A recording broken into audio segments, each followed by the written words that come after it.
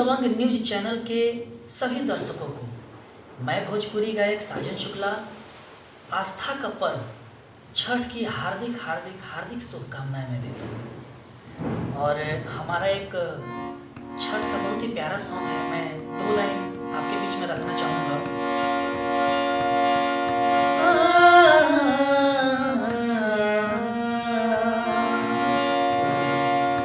बहुत ही प्यारा गीत है, हमारे आरा के बहुत ही अच्छे राइटर, भोजपुरी जगत के जाने माने लेखक अमित पांडे जी का लिखा हुआ छठ गीत है, जो आपके सामने बस 2 लाइन में दूंगा। नैहर में जाइब बरत उठाइब मानब नहीं कहना,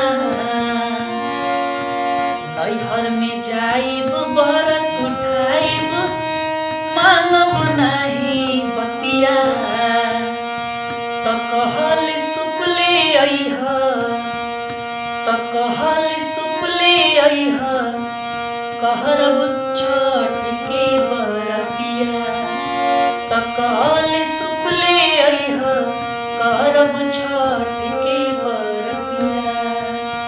नैहर में जाइब बरत उठाइब मानब नहीं बतिया, नैहर में जाइब बरत उठाइब मानब नहीं बतिया, तो कहल सुपले अइह तो दौड़ले अइह करब छठ के बरतिया, तो कहल सुपले अइह करब छठ के बरतिया।